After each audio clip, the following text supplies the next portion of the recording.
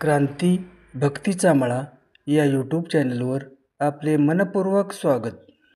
तामकणे तालुका पाटण जिल्हा सातारा येथे संत तुकोबाराय गाथा पारायण सोहळा संपन्न.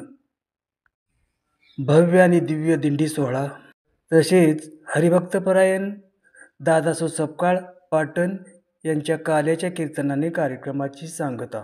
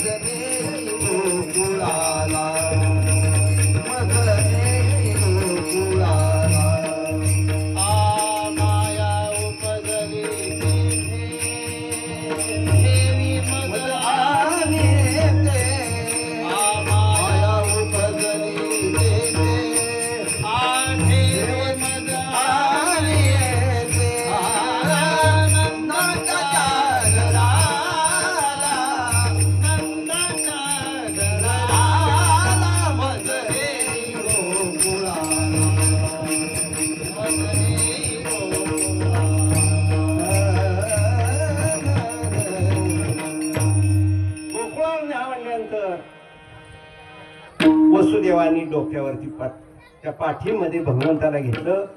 यमुनेला महापूर आलेला होता. भगवंताचं पाय लागलं की महापूर बाजूला घेतला आणि गोकुळामध्ये आता गोकुळामध्ये गेल्याच्या नंतर तिथं मात्र यशोदा आणि नंदराजा त्यांच्या तिथं ठेवलं. आता तिथं सुद्धा नंदराजाला मुलगा झाले. राजाला मुलगा झाल्यानंतर जिकडे तिकडे आनंद असतो. आपल्या एखाद्या गरीबाला जरी झाला मुलगा तरी अख्ख्या आळीला आपले आनंद, गावाला आनंद. गवळण म्हणती गवळण म्हणती गवळण म्हणती गवळण म्हणती यशोदेला पुत्र झाला.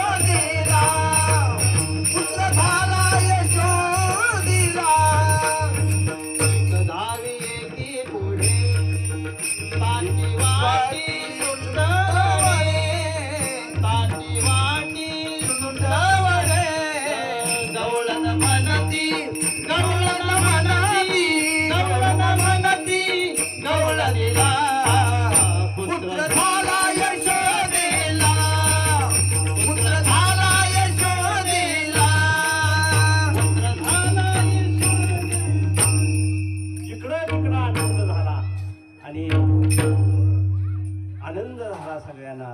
आणि मग बारसं झालं.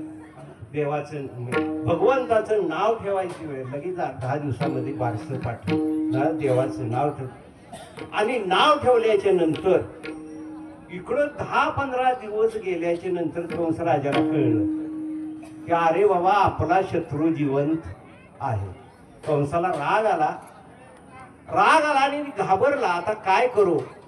त्यावेळेला जी पुतना राक्षसी होती मावशी त्याची, ती म्हणली अरे घाबरू नको, मी जाऊन त्या मुलाला ठार करते.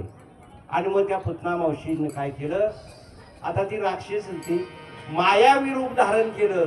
एक राज्याची राणी तयार झाली, सुंदर स्त्रीचं रूप धारण केलं आणि यशोदेकडे आली. आणि यशोदाला म्हणले अरे बाबा तुला मूल कधी झालं हे मला लवकर कळलं नाही, म्हणून मी आता बघायला आले. आता बघायला आल्याच्या नंतर कुठली आई आपलं लहान मूल देत नाही बरं का, बाहेरच्या माणसाच्या मांडीवर देत नाही.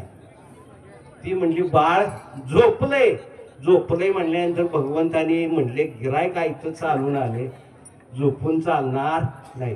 कुरकीने मोठा आवाज केल्याबरोबर जागा आहे त्या पुतना. मग आता शेवटी जागा आहे म्हणल्यानंतर आणून मांडीवरती दिले. यशोदा मातेला काही माहित नव्हतं ही राक्षसीने, पण सुंदर स्त्रीचं रूप धारण केलेले. मग यशोदा माता आत घरात गेली की आपल्या स्तनामध्ये दूध भरलेलं होतं, पण ते दुधाच्या ऐवजी काय होतं? विष होतं. ते विष सगळं पाजलं. भगवंतानं ते सगळं विष पेलं, दूध पिलं आणि शेवटी तिच्या शरीरामध्ये असणारं रक्त सुद्धा ओढलं. आणि गतप्राण झाल्यानंतर मग तिला मूळ रूप पहिलं आलं. राक्षसी नसल्यामुळं मोठं शरीर झालं. आणि भगवान त्या ठिकाणी यशोदा मातेने म्हटले, यशोदा माता घाबरली, कसं तरी बाळाला आत आणून दिली. घाबरली, काय झालं असलं आहे, असा अचानक काय काळजी करू लागली. मग आता इकडं कंसाला कळलं की खरं नाही. मग त्या ठिकाणी ब्राह्मणाचं रूप घेऊन महाबळ राक्षस आला. म्हटलं मी ठार करायचं. मग महाबळ राक्षसाने सांगितलं अरे हे मूल छोटस तुझं, यशोदेला सांगितलं 8-10 दिवसाचं 10-12 दिवसाचं मूल जर एवढी राक्षसीने मारतय, मग हे मोठं झाल्यावर तुम्हाला घरात ठेवणार नाही. याच्यानं तक्रार, यशोदा हे तुझं मूल बघ आमच्या घरात काही ठेवत नाही. आता तक्रार केली तरी आईला कुठल्या खरं वाटत नाही. आता आपल्या प्रत्येक बाळाच्या आईला माहिती आहे आपल्या बाळाची करणी काय आहे, काय गुणाचं आहे ती प्रत्येक आईला माहिती आहे. यशोदे कृष्णाला सांगावे, यशोदे कृष्णाला सांगावे, गोकुळी राधिका जावे, गोकुळी राधिका जावे. यशोदे कृष्णाला सांगावे, यशोदे कृष्णाला सांगावे, गोकुळी राधिका जावे, गोकुळी राधिका जावे.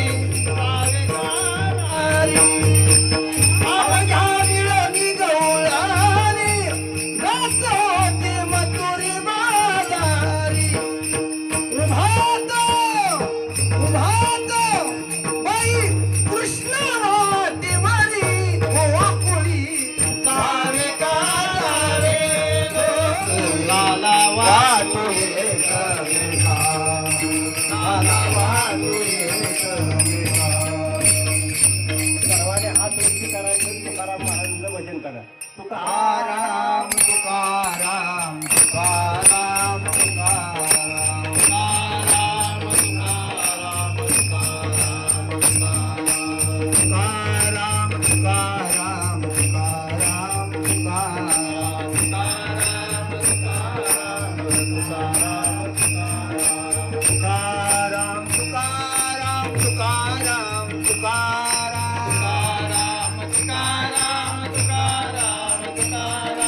तुकाराम तुकाराम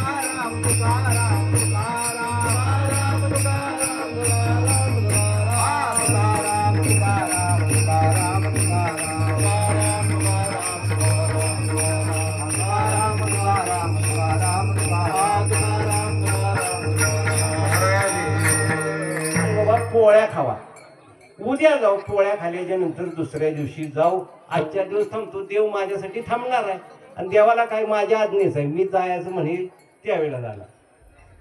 तुकाराम महाराज थांबले होळी दिवशी, दुसऱ्या दिवशी जाऊया.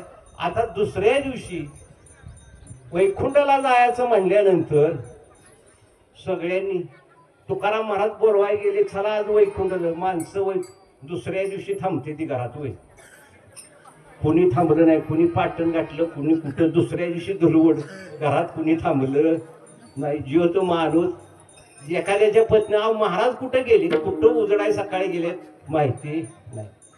दुसरे तुकाराम महाराज म्हणले आज खरं घाण वस्तू खाया नको, पण आता शेवटची इच्छा आहे, वैकुंठाला तर जायचंय, थांबूया आजच्या दिवस. पुन्हा तुकाराम महाराज तेवढ्यासाठी. तिसऱ्या दिवशी मात्र विजय दिवशी सगळ्यांना तुकाराम महाराज म्हणताय विचाराय येताय का वैकुंठ, येताय का. प्रत्येक जण सांगायचं घरात.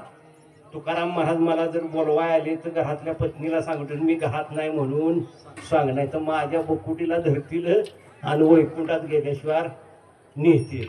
मग आता नवरा वैकुंठाला जायचं म्हणजे बायकोला तरी बरं वाटतं, ते टोपल्या खाली दळवून बरोबर ठेवाय. आणि मग शेवटी तुकाराम महाराज म्हणले अरे बाबा हंकारुनी सांगे तुका नाम घेता राहून, अरे बाबा मी एकटा जातो पण निदान देवाचं नाव घ्यायला तरी या. आणि शेवटी मग तुकाराम महाराज त्या ठिकाणी वैकुंठाला निघाले. आज जसा आपण इथं कार्यक्रम करतोय तसं आज 375 वर्ष झालेले तुकाराम महाराज वैकुंठाला गेले. आणि म्हणून देहूच्या परिसरामध्ये लाखो समाज त्या ठिकाणी झालेला आहे. तुम्हा आम्हाला त्या ठिकाणी जाता येत नाही सर्वांनाच, म्हणून आपल्या वाडवडिलांनी या ठिकाणी सोय करून ठेवलेली आहे आणि म्हणून त्याचा आपण लाभ घ्यायचा आहे. सगळे मग त्यांची दिंडी प्रत्येकाच्या पाठीमागनं टाळ मुद्दाम घेऊन तुकाराम महाराज पुढे निघाले आणि त्या ठिकाणी वैकुंठ गेले. शेवटचा अभिनयचा अभंग होईल. कुंडली झाल्याच्या नंतर जवळच्या लोकांनी फुलं टाका, कुठेही फेकू नका. फोटोवरती येऊन वर्षाव करा, फक्त गडबड करू, फक्त गडबड करू नका.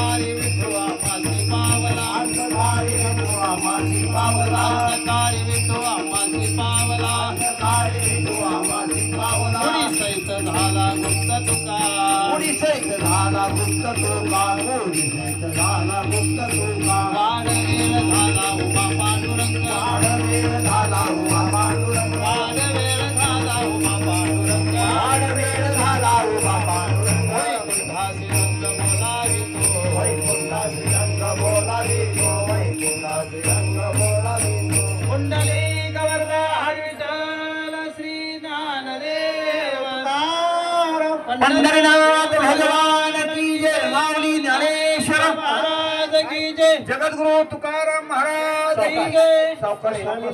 महिना थांबा जरा, महिना थांबा, पुढच्या होईल.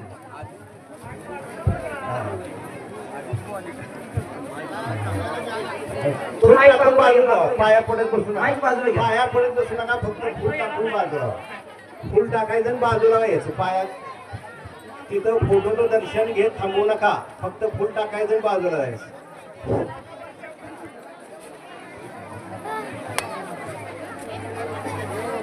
पाया पडत बसायचं नाही, फक्त फुल टाकायचं आणि बाजूला यायचं.